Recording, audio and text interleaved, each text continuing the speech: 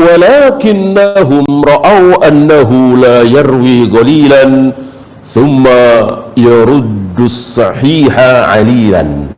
Nah, yang ada para imam ini melihat ahlul kalam ini apa, ilmu kalam ini apa, tidak bisa menghilangkan haus, tidak bisa mengobati penyakit, justru yang sehat jadi sakit.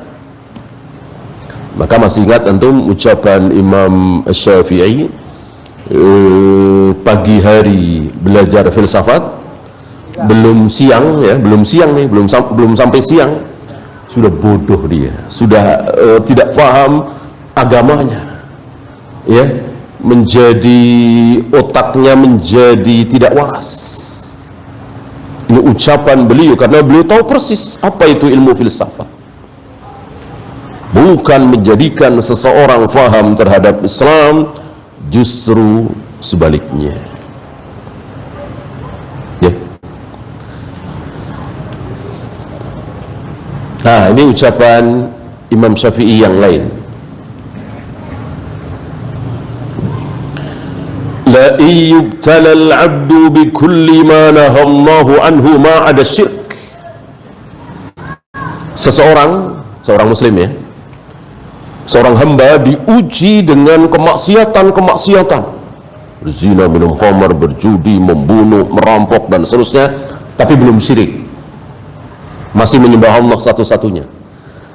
Tapi dia berzina, minum khamar, berjudi, narkoba, segala kemaksiatan yang Allah larang dia langgar. Itu khairun lahu, kata Imam Syafi'i. Itu lebih baik daripada min ayyandura fil kalam, daripada melihat-lihat tentang ilmu kalam, belajar filsafat. Lebih baik berzina, minum khamar, berjudi dan seterusnya. Dua-duanya buruk, dua-duanya maksiat, dua-duanya dibenci oleh Allah, dua-duanya disukai oleh iblis. Tapi belajar filsafat ini lebih disukai oleh iblis daripada tadi zina, khamar, judi, narkoba dan seterusnya.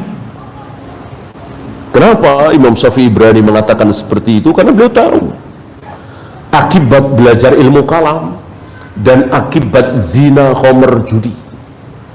Beliau tahu dan sudah nampak. Jangankan orang awam, Imam Ghazali saja susah mau keluar. Itu persaksian dari murid besar beliau.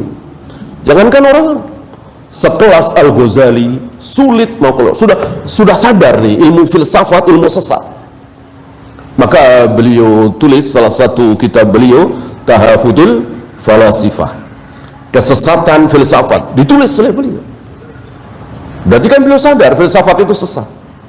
Tapi karena sudah terlalu dalam beliau memasuki ilmu filsafat, beliau tidak sanggup keluar.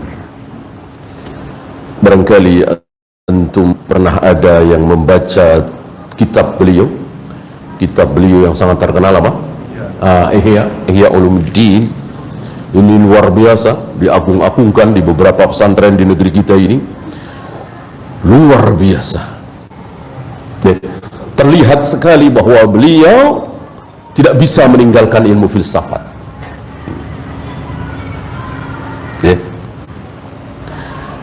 Dan sulit untuk menggigit sunnah Nabi dengan gigi geraham.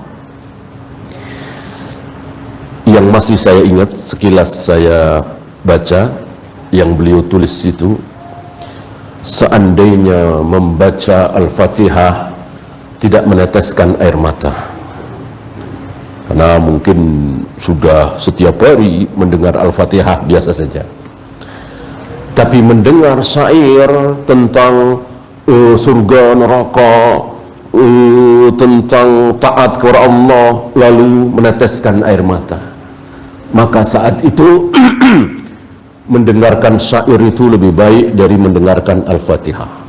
Inna lillahi wa inna ilaihi raji'un. Kenapa beliau mengucapkan ini? Ra'yu,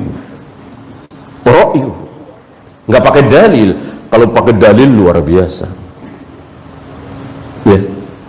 Mana ada kalimat di muka bumi ini, kalimat siapapun mengalahkan, jangankan mengalahkan, menyamai Al-Fatihah, nggak mungkin. sebesar-besar surat. Kalau sebesar ayat apa? Ayat kursi ini sebesar-besar surat Al-Fatihah, dikalahkan oleh syair. Karena dengan ra'yu beliau bahwa ketika mendengarkan syair ini atau nasihat ini bisa meneteskan air mata, terharu dirinya, ingat surga, neraka dan seterusnya. Sementara mendengarkan Al-Fatihah biasa saja, karena setiap hari dia mendengar. Betul-betul dia meninggalkan wahyu, berpegang kepada ra'yu. Itu filsafat. Ciri-ciri filsafat seperti itu. Jelas kan, beliau nggak bisa keluar.